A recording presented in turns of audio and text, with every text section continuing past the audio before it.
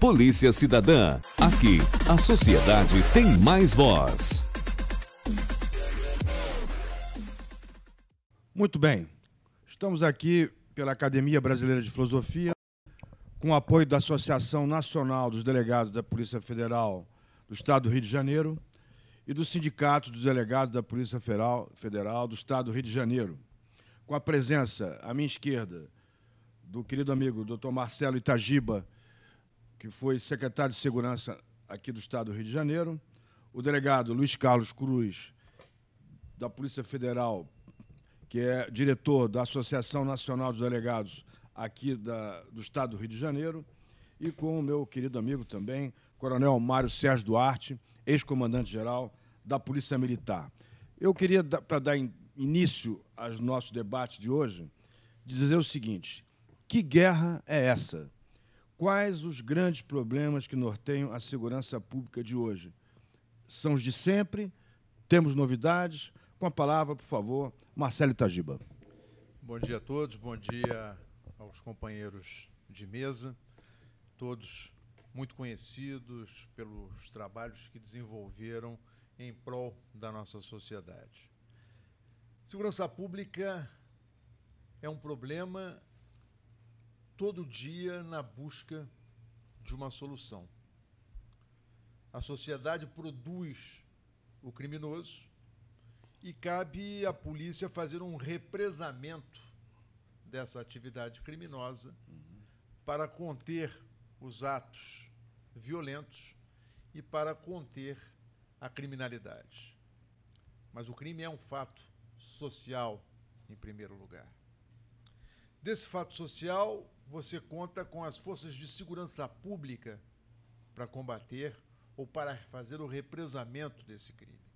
No Brasil, como se sabe, nós temos 3 polícias federais, que é o Departamento de Polícia Federal, a Polícia Rodoviária Federal e a Polícia Ferroviária Federal. A nível dos estados, nós temos as polícias civis e militares, cada uma com a sua atribuição e com o seu mistério, cada uma detentora das suas tradições e de trabalhos em prol da sociedade.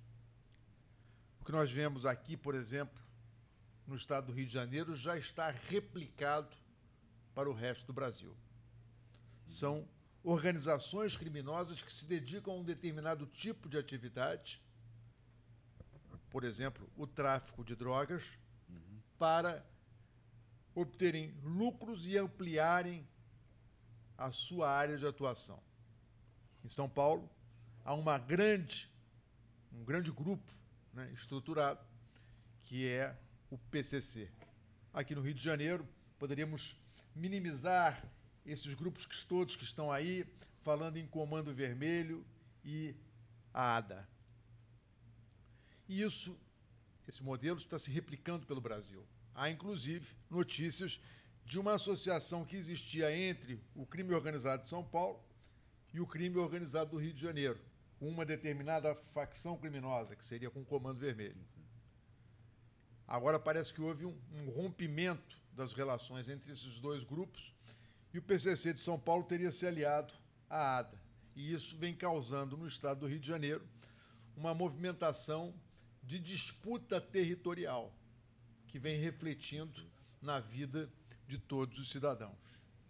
Eu entendo que esse problema tem que ser enfrentado através de algo que eu defendo há muitos anos, por meio de uma força-tarefa, integrando todos aqueles que têm corresponsabilidade na segurança nacional e na segurança pública, porque a criminalidade deixou de ser apenas um aspecto de segurança pública para se tornar, em função desses grupos organizados, numa questão de segurança nacional. Perfeito, perfeito, perfeito.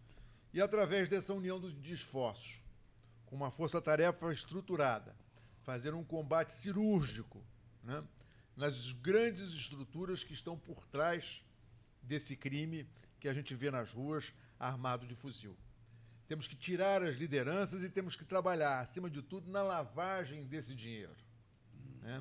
Temos que seguir o dinheiro para pegar a superestrutura criminosa que está por trás dessa estrutura armada e violenta que se utiliza das armas para submeter comunidades e para criar o terror na população. Mas, meu caro Itagiba, você acha que isso é uma falta de vontade política? É preciso mais ênfase? O que estaria faltando? Só para complementar um pouco, para eu poder distribuir Olha, a palavra. eu vou trazer alguns exemplos e vou criar polêmica, de fato. Eu, quando fui superintendente da Polícia Federal no estado do Rio de Janeiro, ao tempo do governo do presidente Fernando Henrique Cardoso, propus e começamos a trabalhar nesse sentido.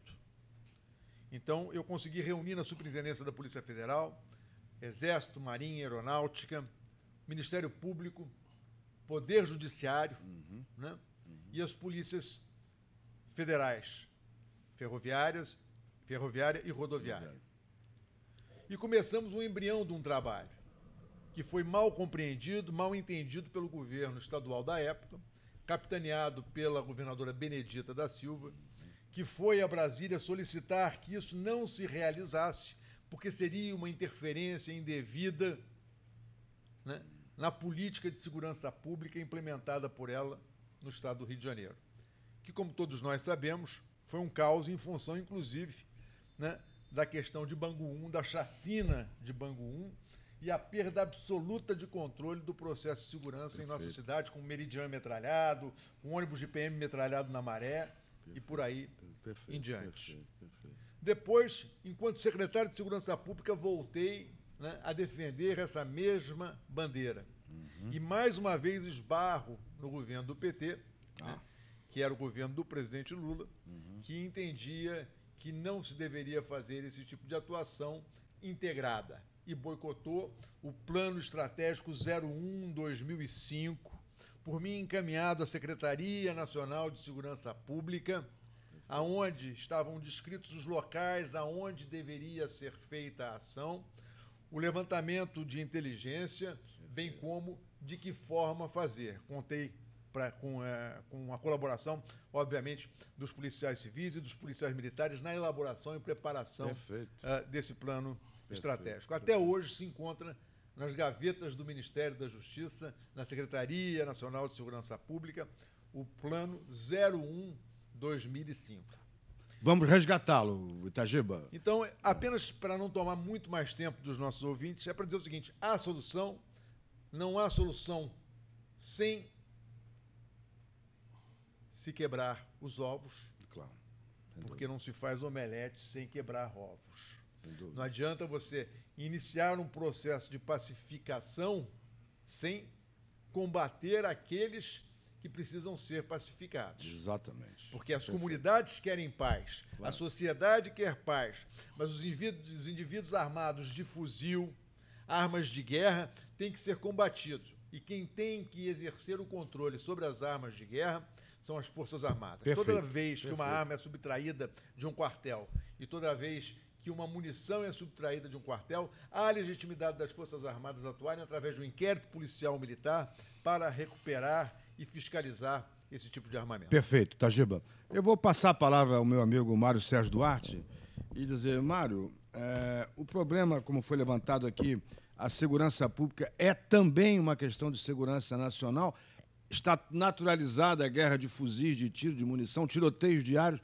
Como é que nós vamos resolver isso? As pessoas estão se acostumando, acham natural isso? Meu caro professor Moderno, inicialmente eu gostaria... Bom dia a todos, bom dia aos companheiros de mesa, uma honra estar aqui integrando esta mesa de debate, ter aqui ao meu lado o nosso ex-secretário de Segurança do Rio de Janeiro, no momento que eu fui comandante de uma das unidades da Polícia Militar que tinha responsabilidade territorial sobre um lugar muito agreste, considerando a condição da presença das armas de guerra, e eu vou falar um pouquinho sobre isso. Eu era o comandante do 22º Batalhão, à época que o secretário Itagiba era o secretário de Segurança e me deu muito apoio para fazer a gestão daquela unidade numa região tão complicada. Mas eu queria parabenizar principalmente a Academia Brasileira de Filosofia por trazer esse tema para a filosofia.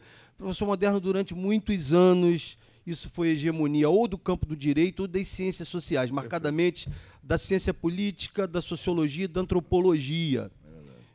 Eles detinham praticamente o monopólio da discussão da segurança pública no Brasil. E a Academia Brasileira de Filosofia está trazendo isso para si. Exatamente. Discutir segurança pública. Exatamente. Porque é muito importante. Essas ciências que eu citei não dão conta da problemática. Nós temos que discutir com as ferramentas de outras ciências, e a filosofia chega num momento muito importante para essa discussão. Eu vou concordar com o doutor Marcelo Itagiba quando ele fala nas organizações criminosas, mas vou colocar um ingrediente, doutor Itagiba, nisso aí, que talvez dê um aspecto de maior gravidade ainda do problema, porque eu acho que mais do que organizações criminosas, nós temos entidades culturais hoje dedicadas ao crime. Eu quero usar a expressão cultura, retirando dela o seu caráter moral, que toda cultura tem que carrega em si, validada em si. Então seria, na verdade, talvez não cultura, mas uma subcultura que nós temos nessas 3 grandes entidades, pelo menos no Rio de Janeiro, que transcende ao conceito de organizações criminosas. Porque se você hoje se dedicar a retirar de circulação de um determinado território todos os elementos envolvidos no tráfico de drogas, se você prender todas as pessoas que estão se dedicando ao crime naquele local, no dia seguinte, toda a organização estará funcionando normalmente.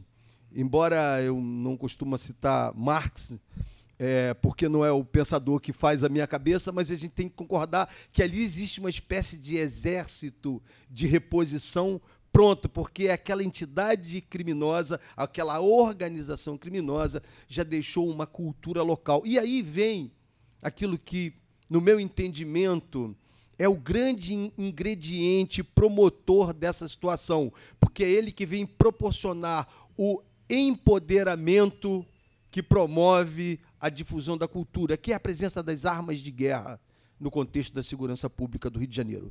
Então, professor Moderno, a sua primeira pergunta foi: a segurança pública hoje é diferente do passado? Os desafios são diferentes? Sim, eles são diferentes daquele que eu vivi quando entrei na Polícia Militar, quando eu portava um revólver calibre 38, um par de algemas.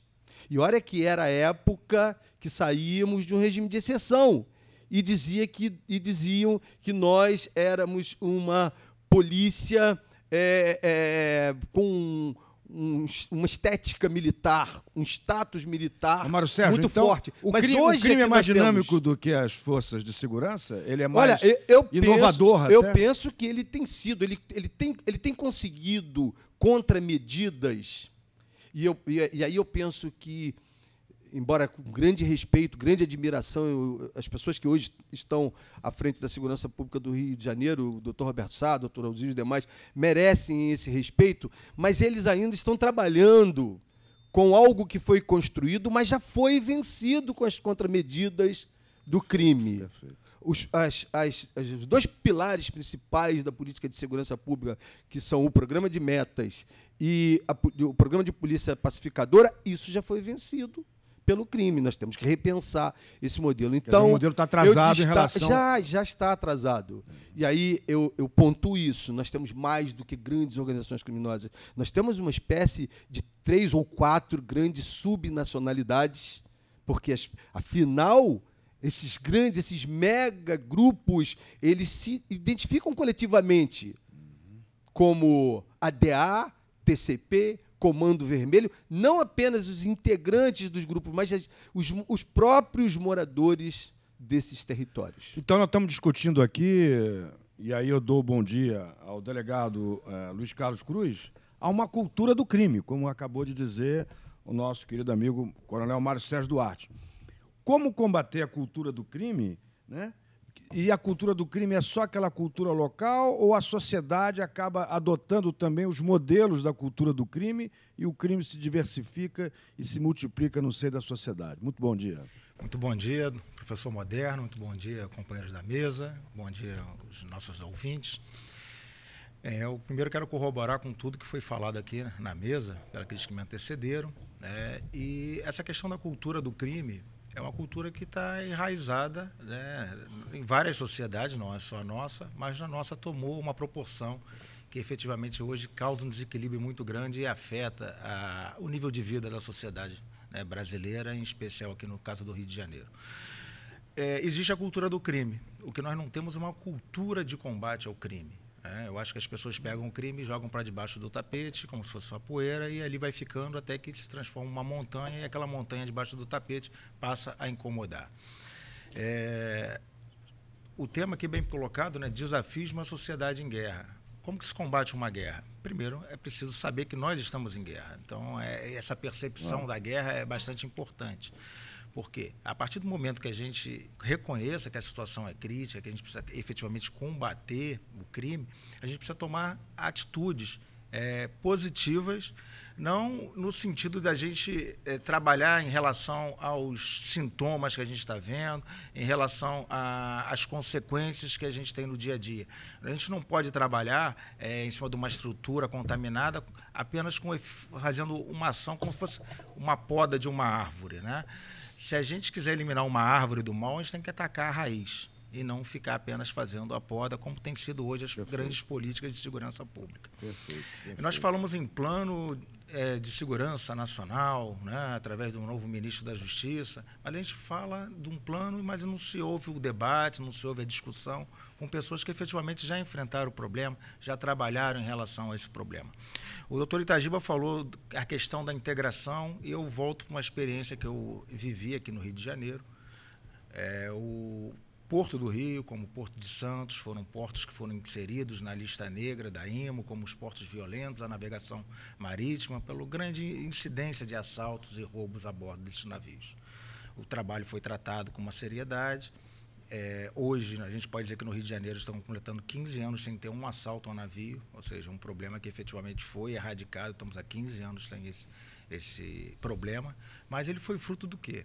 De uma ação integrada. Existia um Plano Nacional de Segurança Pública, né, para os portos, terminais e vias navegáveis. Esse plano, ele trabalhava com Comissão Nacional de Segurança Pública dos Portos e a Comissão Estadual de Segurança Pública dos Portos. Integrava a comissão a Polícia Federal, a Marinha do Brasil, Receita Federal, a Autoridade Portuária e a Secretaria de Segurança Pública e o Corpo de Bombeiros.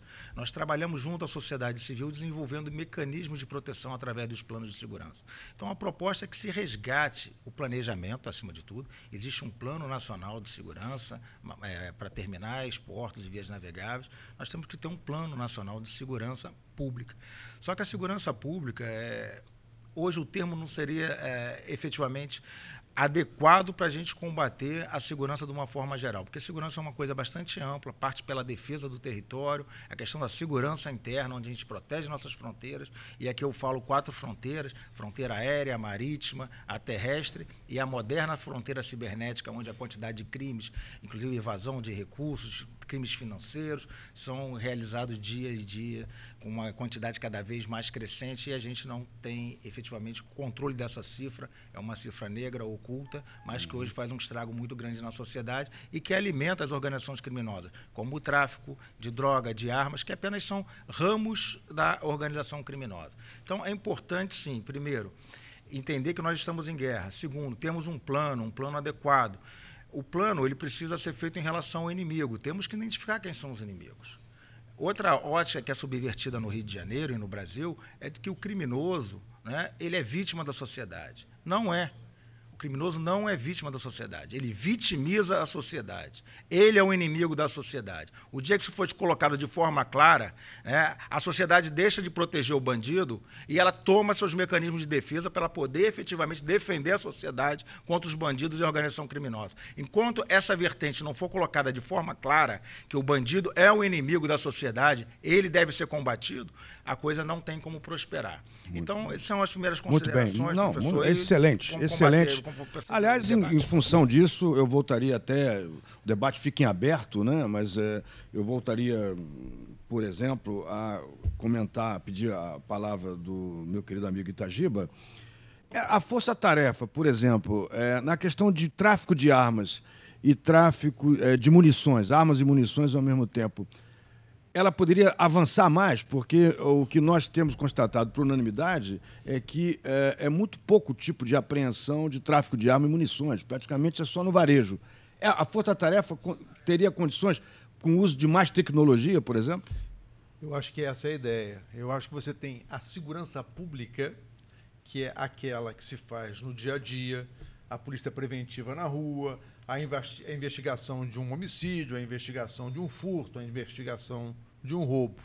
E você teria uma força especial, com base na inteligência, né, trabalhando de forma direcionada a essa criminalidade organizada e violenta. Então, nós separaríamos o tipo de atuação. Há o dia a dia, que já é feito pelas forças de segurança pública, que estão aí, Polícia Militar e Polícia Civil, e se faria um grande grupo com componentes da Polícia Militar, da Polícia Civil, da Polícia Federal, da Marinha, do Exército, da Aeronáutica e de outros, Receita Federal, para, em conjunto, né, produzirem inteligência e ações pontuais para apreensões de armas, apreensões de drogas, prisões e enfrentamento de forma cirúrgica dessa criminalidade. Elencar quem são os cabeças dessas organizações, como nós fizemos num determinado momento aqui na Secretaria de Segurança Pública do Estado.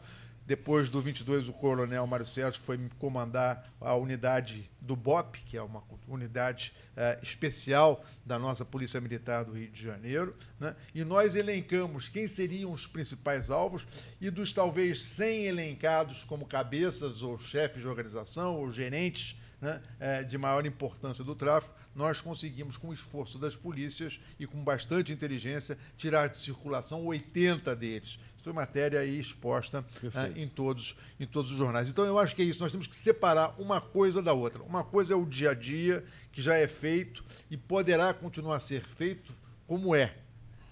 E acho que a ação especial para essas Farcs urbanas que nós estamos enfrentando são as Farcs urbanas. E o que me preocupa é que isso no futuro se torne uma aliança que já existe de alguma forma, né, de grupos políticos e essas Farcs urbanas. E para isso é preciso medidas especiais contra um tipo de criminalidade especial. Até porque todos nós sabemos que já existe, né, a interferência e o domínio territorial por parte de milícias e por parte do tráfico, que fazem a condescendência de deixar entrar no seu território determinados candidatos em função de determinados acordos que se façam naquela área, porque senão também não entra para fazer política. Mas, Tagir, você acha que os drones, por exemplo, poderiam ser utilizados de uma maneira, enfim,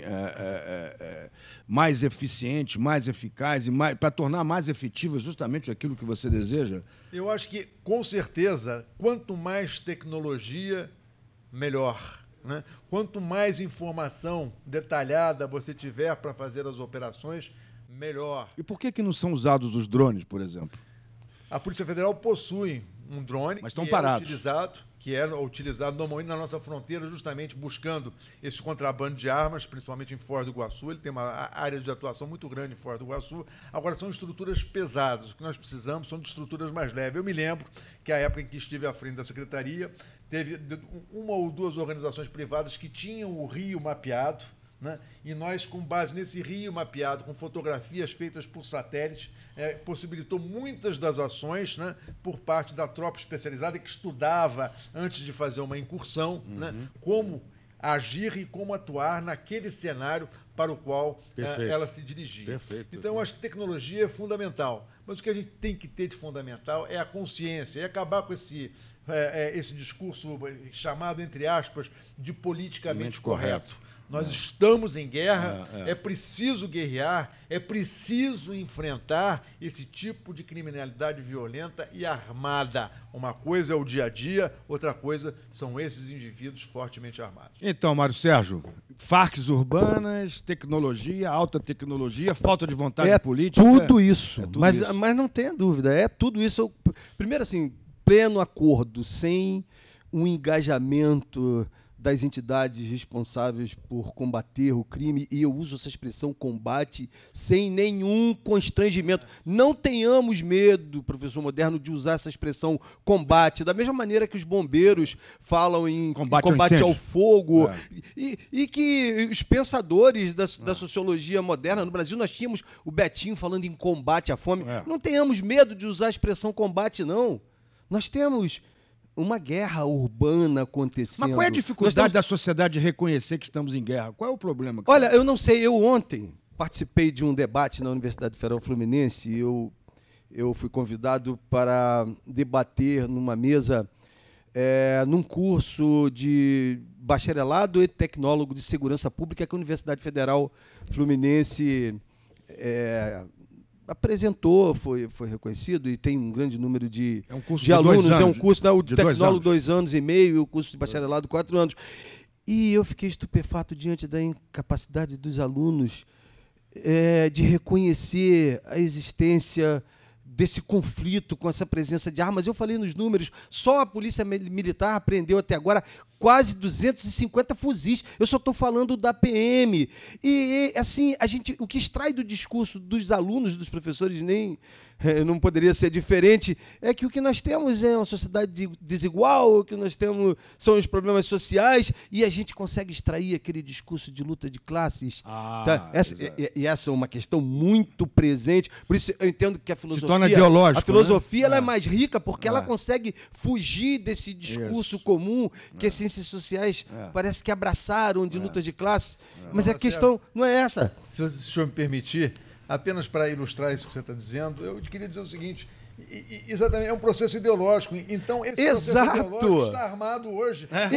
Mas exatamente isso. Então, assim, sem o engajamento dessas forças numa força-tarefa, sem a gente reconhecer que nós temos um quadro de conflito urbano armado de baixa intensidade, os números são de guerra. Os números feridos, mortos, são números de guerra. Exatamente. E não venham atribuir isso às polícias, não. Os fuzis chegaram para o tráfico no meio da década de 80. As polícias só foram ter fuzis quase 10 anos depois de muito sangue, muita morte. Então, a discussão que eu participei ontem era uma discussão toda voltada para o entendimento de que existe um massacre étnico no Brasil.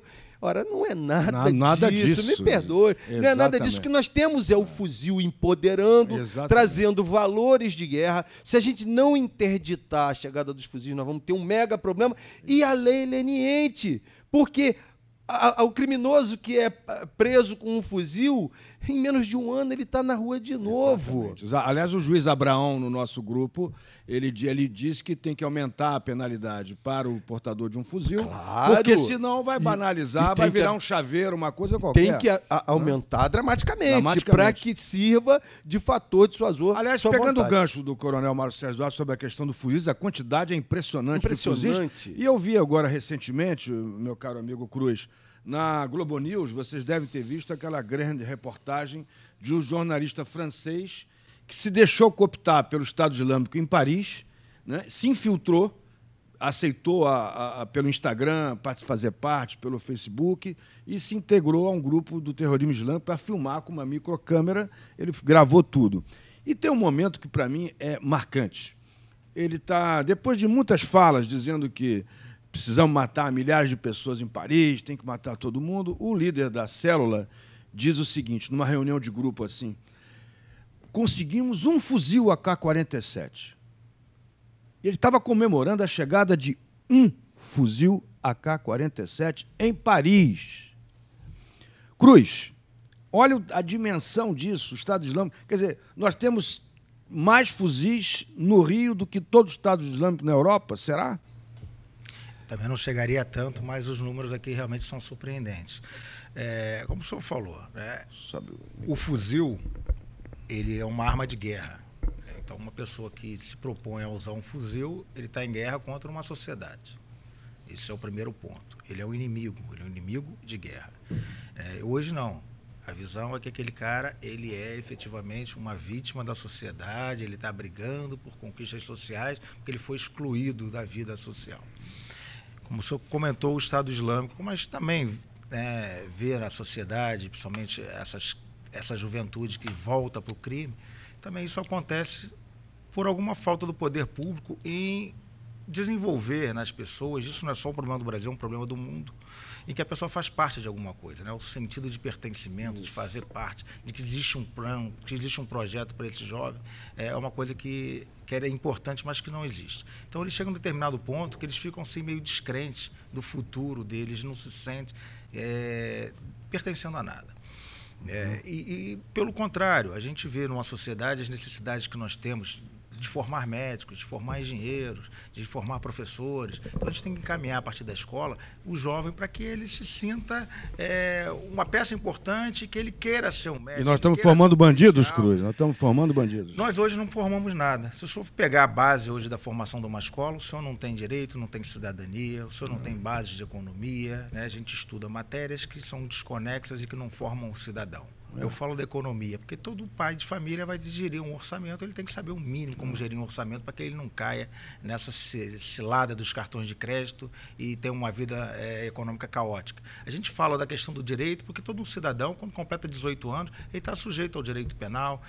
As pessoas estão o tempo todo fazendo relações de consumo, ele não sabe qual é o seu direito como consumidor e, pior ainda, ele não sabe o seu direito como cidadão. Perfeito. Né? E a lei, né, da questão de todo direito corresponde a um dever, e essa questão do dever aqui no Brasil não é bem colocada. As pessoas acham que tem direito a tudo, e não tem dever a nada, e que o Estado tem que prover todas as coisas. Então, a gente tem que assumir a questão da responsabilidade individual, né, como indivíduos, a gente tomar o rumo da nossa vida, mas precisamos entender como é que funciona a sociedade, a cidadania, e como o cidadão pode ser efetivamente um elemento importante para a construção de alguma coisa melhor, e ele passa a ter um projeto de futuro e uma sensação de pertencimento. Exatamente. Essa questão que o senhor falou do fuzil, a partir do momento, né, isso a gente tem a Escola Superior de Guerra, a Escola de Guerra Naval, a gente tem vários segmentos que estudam a guerra.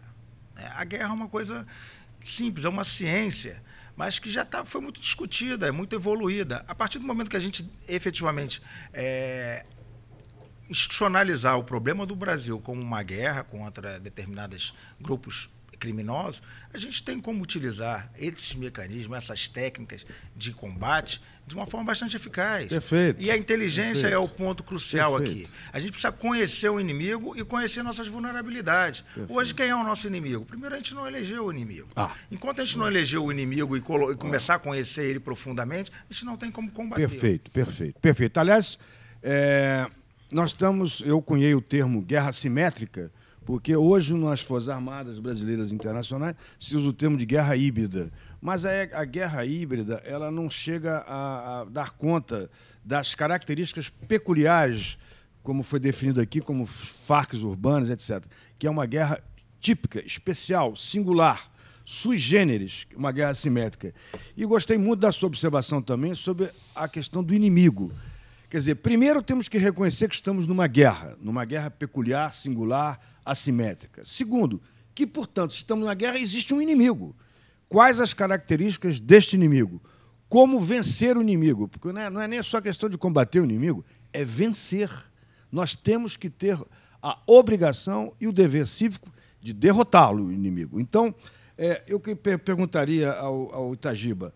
Itagiba, nós combatemos somente este inimigo ou combatemos também os amigos dos nossos inimigos? Tem gente na mídia, celebridades, formadores de opinião, artistas, jornalistas, que se associam direta ou indiretamente aos nossos inimigos?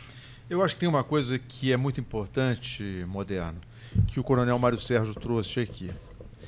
Quando ele fala em cultura, eu acho que é importante esmiuçar esse conceito de cultura, porque essas facções criminosas do Rio de Janeiro, que a mídia quer esconder, quando diz nós não vamos dar notoriedade porque nós não iremos citar o nome delas para que elas não se constituam em algo maior do que como se elas dependessem disso. Como se elas dependessem disso, né?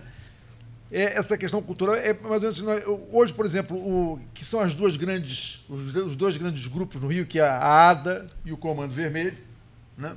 Você tem o TCP, mas os dois grandes grupos. Qual é o maior? Qual é o maior grupo? Ou o mais armado, o mais poderoso Depende desse? do momento. Depende do momento. Depende do momento da comunidade. Hoje, por Hoje. Depende, porque há um equilíbrio de forças entre essas facções. O Comando Vermelho talvez tenha mais notoriedade, mas isso não quer dizer que tenha os locais de maior rendimento, né, comercial. do tráfico comercial. Então, acho que é importante essa questão que o Coronel Mário Sérgio trouxe, que é a questão da cultura. Porque, hoje em dia, essas duas grandes facções criminosas é mais ou menos uma cultura tipo Fla-Flu. Isso. Isso. Aonde você Exatamente. não pode... Você veste uma camisa... Exatamente. Vai pra torcida... E se você entrar com a camisa do seu time na área do outro, você é executado... É isso. Liminarmente. Então, é preciso compreender essa questão para poder atacar essa questão por duas vertentes. Olha a complexidade. Cultural, educacional e fazer a demonstração de que essas pessoas sofrem as punições que a lei do país, né, lhes impõe. Doutor Itagiba, só aproveitando esse gancho, é aquilo que eu estava falando, a sensação de pertencimento. Hoje, esse jovem, ele se sente como pertencendo a uma dessas facções. A identidade dele vem da Mas facção. é exatamente isso. Eu estava aqui ouvindo o doutor Luiz Carlos falar e concordando muito com ele, porque é verdade, todos nós temos essas necessidades de pertencimento, até de visibilidade social, e eles querem visibilidade social. As pessoas pretendem isso. Isso é muito, muito pulsante. E não há como não concordar com o doutor Itagiba. Inclusive, sobre isso, essa questão de que nós não temos um processo estático em que, por exemplo, o Comando Vermelho é sempre o mais poderoso e suas representações são sempre aquelas. No passado, talvez isso fosse mais fácil. Hoje é mais variável. O Comando Vermelho era aquele que a sigla da facção, o ser, era o que estava no topo das suas considerações. Eles tinham a sua estrutura armada, seus negócios, tinham seus exércitos para ser Comando Vermelho. O ADA era um pouco diferente. O ADA, eles eram ADA, tinham suas armas, sua estrutura para lucrar. Era assim que eles se comportavam, né? O lucro estava no topo do ser. O Comando Vermelho já era. O ser Comando Vermelho estava no topo das considerações. Mas isso também já mudou. Isso também já mudou. Agora, não foi dito aqui que, por exemplo, foi dito aqui há pouco que se entra lá, é fácil. Se você quiser realmente derrotar, vai lá, derrota, e aí, mas eles voltam. Agora, como então, pela questão cultural que ele falou aqui, existe um processo característico de polícia, mas existe um outro em que nós temos que participar da filosofia. Que é psicossocial. Que é o processo da desconstrução de tudo isso. Que é complicadíssimo. Porque cultura você não destrói. Você até desconstrói uma cultura de crime, mas destruir não. Uma pergunta que eu acho que é importante a gente fazer é o seguinte, por exemplo, se eu lhe perguntar, defina o professor moderno. O professor moderno possivelmente vai dizer o seguinte, brasileiro, carioca, né? Sem salário, nesse momento. Professor, filósofo. Seria essa a graduação, né? Exato. E eu, por exemplo, brasileiro, né? Carioca, profissão delegado de Polícia Federal, o Coronel Mário Sérgio a mesma coisa, né? E aí, se você perguntar nessas comunidades o que eles são, eles vão dizer primeiro Comando Vermelho. Isso, exatamente. Essa questão, essa identidade coletiva é que surge primeiro. Mas por quê? Mas qual é a razão desses jovens? É complexo. É não complexo. é uma resposta simples. Porque isso foi então sendo ser construído ao longo dos anos. O poder local ditando regras, tá? Ditando bossas, trazendo para o seio da comunidade uma espécie de ideologia, que ela não é revolucionária, não pretende a mudança do status econômico e social do país, mas é ideológica porque se fincou, se formou, conecta as pessoas que estão afastadas fisicamente, mas que pensam igual e se entendem daquele jeito. O doutor Itagiba disse muito claramente, antes de ser qualquer outra coisa, o seu ser primeiro é o ser da facção. Então, além de derrotar do ponto de vista... pertencem necessariamente aos grupos. Então, além de derrotá-los do ponto de vista, digamos, militar, policial, etc., é preciso derrotá-los no sentido de dá a possibilidade de novas identidades lícitas. E para aí nós temos Aí temos os outros inimigos, porque nós temos aqueles dizendo para eles que eles estão fazendo o capitalismo das ruas. Pois é. Por isso que o doutor Luiz Carlos colocou muito bem, é uma discussão extremamente profunda, porque aí nós temos os outros inimigos. Tem aqueles que acreditam que esse lumpen, porque está no discurso dele, pode servir para outros objetivos. Então, nós temos que combater também, pelo que eu já tirei aqui, um consenso, de combater também formadores de opinião que dão caução, que dão, digamos assim, apoio moral e político, ideológico a esses grupos criminosos, que estão no formador de opinião, tem de tudo, né? Que estão na mídia, isso e aquilo outro, que dão, digamos assim, opiniões sobre as coisas. Quer dizer, então a coisa é muito mais grave e muito mais complexa, muito mais profunda do que a gente imagina. Exatamente, porque esses nós temos que interditar, mas a guerra com eles é diferente. É uma guerra de ideias e ações. Muitas vezes são clientes da droga, né? Também são clientes da droga, mas são muito fomentadores de ideologia. Que ideologia que vão espargindo e vão consolidando essa ideia de que, afinal de contas, que foi dito pelo doutor Luiz Carlos, nós não temos... Eles fazem as pessoas crerem que eles não são os algozes. Na realidade, eles são vítimas do Eu tenho um amigo jornalista que me contava uma história muito interessante, assim, apenas para a gente relaxar. Quando houve a grande manifestação com vários jornalistas em função da morte do jornalista da TV Globo, do Tim Lopes, foi feita uma passeata ali na Zona Sul, na praia de Ipanema, e esse jornalista me contava que dois disseram assim: não, nós estamos muito tristes, nós acabamos agora de fazer essa passeata, não aguento mais, vamos subir ali no Morro do Vidigal para a gente comprar uma carreira para dar uma cheirada. Você tá entendendo? Olha só. Então, no fundo, essa cultura também do uso da droga está impregnada, né, em vários setores da sociedade. Exatamente. Né? E aí agora começa a se discutir um outro processo ideológico, né, que está muito forte, que é a questão da liberação das drogas como a solução desse problema, quando, na verdade, não será a solução. Exatamente. Será apenas a mudança do tipo de modalidade, porque esses indivíduos que exercem o poder nessas comunidades, eles funcionam como burgomestres.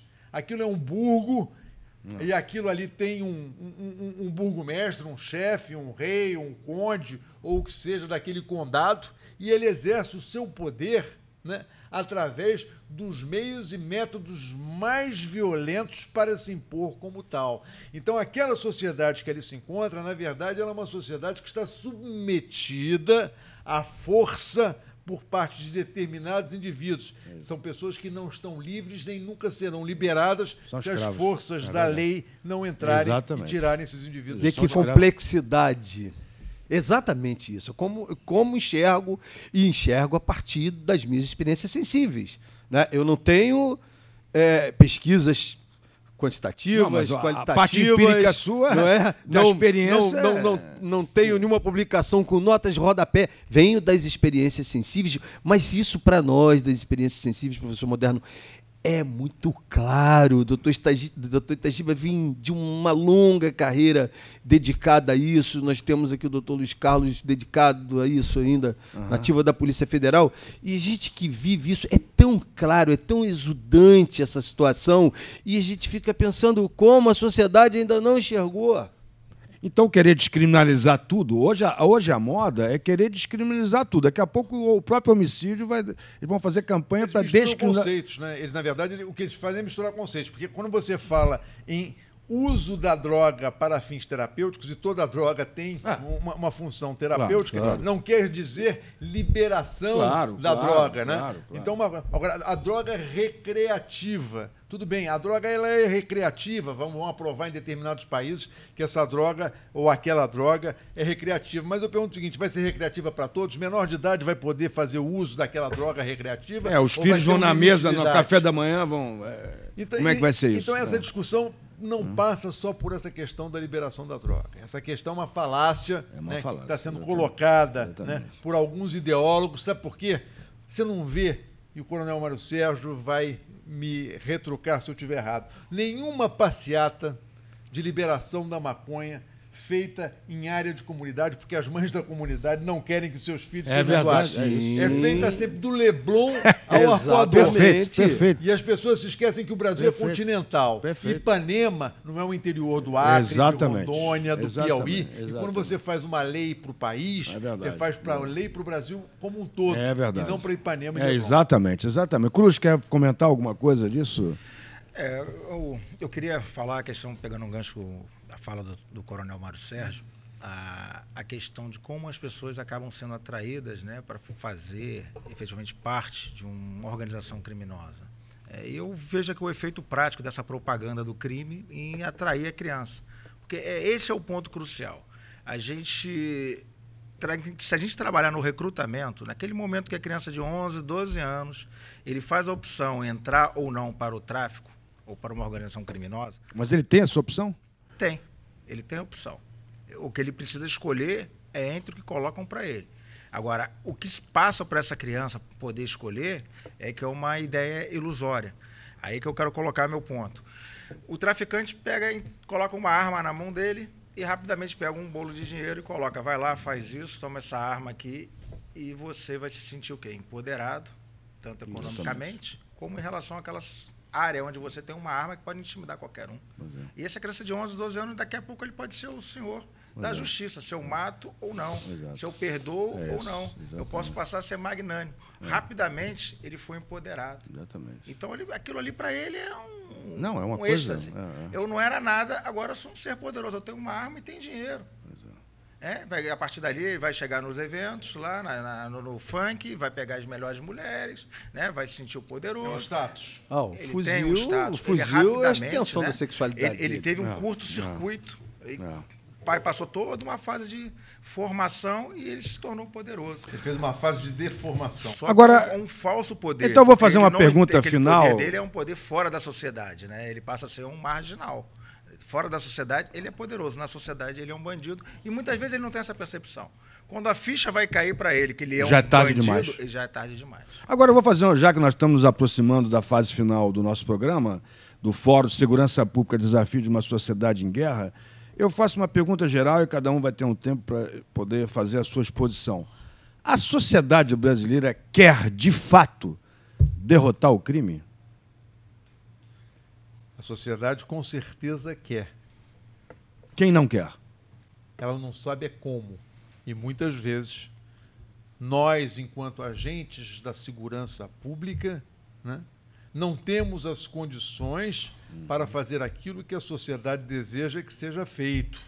Porque nós estamos, inclusive, entrando num estado de barbárie onde as pessoas querem, muitas vezes, fazer a justiça pelas próprias mãos. Então, agora, por exemplo, no momento que nós estamos vivendo, e vamos falar da realidade do Estado do Rio de Janeiro, né? Qual é a referência, né, que tem, né, o agente público quando a cabeça, a estrutura do poder público no país é um poder corrupto e criminoso?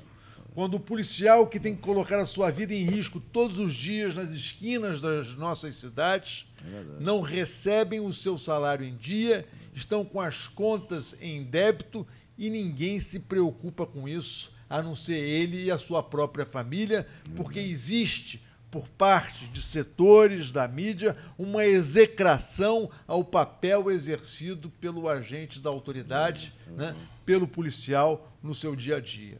Então é preciso, na verdade, unir a sociedade e unir a polícia à sociedade. E quem tem a corresponsabilidade de fazer isso são os meios de comunicação que, muitas vezes, ao invés de fazer isso, cria, na verdade, né, uma dicotomia, cria uma divisão, cria uma visão equivocada daquilo que é o papel do policial. Recentemente eu vi um caso, só para ilustrar e encerrar aqui a minha fala, recentemente acontecido em São Paulo, em que um policial estava fazendo um bico, e até parece que as autoridades públicas não sabem que o bico existe, dirigindo um carro de Uber... Pelo menos não está roubando ninguém, é um trabalho lícito, né? Dirigindo seu carro de Uber em São Paulo, né, que matou 3 bandidos. Eu vi o vídeo. Agora vai responder a um procedimento administrativo porque estaria atuando como motorista de Uber na sua hora na sua hora de folga. E só apareceu porque foi assaltado por 3 bandidos, reagiu, matou os 3 bandidos. Eu tenho certeza de que a sociedade brasileira como um todo aplaude esse policial que estava tentando dignamente e honestamente, né, ganhar o seu ganha-pão, complementar, né, o seu baixo salário na atividade de segurança pública. É uma vergonha, com todo o respeito que eu tenho ao Poder Judiciário, né, ao Ministério Público, ver esses marajás do país, onde os contra-cheques são absurdos, onde você vê determinados juízes recebendo por mês, em função de acumulações e vantagens, mais de R$60 mil, e tem um policial na ponta, segurando, né, o dia a dia da violência nas cidades, ganhando R$1.000 e poucos. Mário... Bom, de pleno acordo, né? Nenhum reparo à fala do doutor Itagiba. Vou fazer aqui uma consideração que eu entendo absolutamente necessária. Primeiro, eu acredito, sim, que os abismos sociais são molas propulsoras do crime violento. Só não posso admitir que o estado de pobreza seja um impulsionador em si do crime, porque nós temos nas categorias abastadas criminosos também. A diferença é a sutileza com as quais eles cometem seus crimes. A Lava Jato está mostrando isso para a gente. O crime bruto, ele vai ser uma característica do homem embrutecido por falta de acesso à educação, de condições essenciais para a sua subsistência. E o crime do esclarecido é o crime, né, que ele consegue as suas grandes fortunas. Então, o crime não é um privilégio de quem está em cima de quem está embaixo, mas os abismos vão dizer a forma com que o crime vai aparecer, vai se manifestar. Exatamente. E, obviamente, que nós temos que trabalhar por um Brasil mais igualitário. Eu também não posso deixar de considerar isso. Mas entendo que, enquanto não tivermos uma política de endurecimento do crime para esses grandes vetores de violência, que são principalmente hoje as armas de guerra, a presença das armas de guerra no Brasil, a tendência é que nós tenhamos um quadro cada vez mais violento.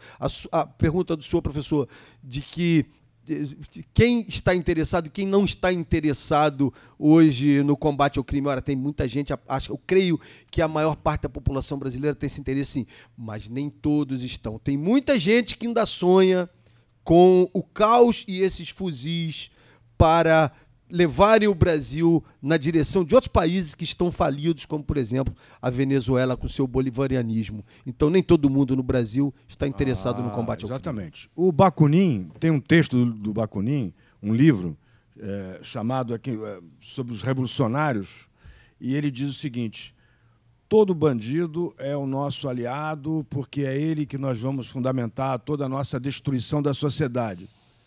Então, há uma aliança ideológica de uma certa parcela de formadores de opinião com a criminalidade. Então, a tarefa é muito mais difícil, Cruz. Eu não acredito numa parceria, não. Eu acredito numa manipulação. E eu até queria encerrar aqui minha fala, a participação está chegando no final do programa. Se pudesse dar um close naquele símbolo ali, que é o menino com fuzil. E o mais importante, aquela mão em cima controlando ele. Ele é manipulado. E a gente só vai enfrentar a criminalidade, né, com um bom plano de segurança pública nacional, atacando os crimes em todas as suas vertentes, mas um grande projeto de inteligência onde a gente vai identificar quem é aquela mão que manipula os indivíduos para que eles cometam o crime, eles façam um trabalho sujo para que aquela mão ali efetivamente se locuplete com os ganhos que ele subtrai da sociedade. E, finalmente, a questão do Estado-sociedade. Não se pode mais conceber que o Estado não faz parte da sociedade ou que a sociedade não faz parte do Estado.